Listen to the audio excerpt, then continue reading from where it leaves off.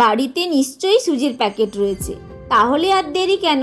1-1.5 cup সুজিতে half cup মতন জল দিয়ে 5 মিনিট রেস্টে দিয়ে দাও।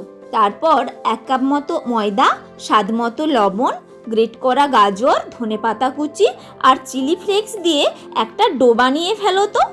এবার পুরের জন্য আমি কড়াইতে সর্ষের তেল গরম করে গ্রেট করে রাখা আদা রসুন দিয়ে 2টো মিডিয়াম সাইজের কুচানো পেঁয়াজ দাও, আর দেবে স্বাদ মতো লবণ, অল্প গুঁড়ো হলুদ, গুঁড়ো লঙ্কা দিয়ে নেড়েচেড়ে পেঁয়াজটা নরম হয়ে আসলে 1 চামচ টমেটো সস, সয়া সস দিয়ে নেড়েচেড়ে চাট মশলা দিলেই পুর রেডি।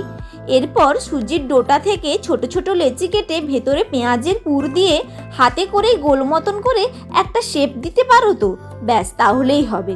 অন্যদিকে কড়াইতে জল গরম করে একটি ছিদ্রযুক্ত থালাতে সাদা তেল ব্রাশ করে পেঁয়াজ পুরিগুলি তুলে 6 থেকে 7 মিনিট ভাপিয়ে নাও।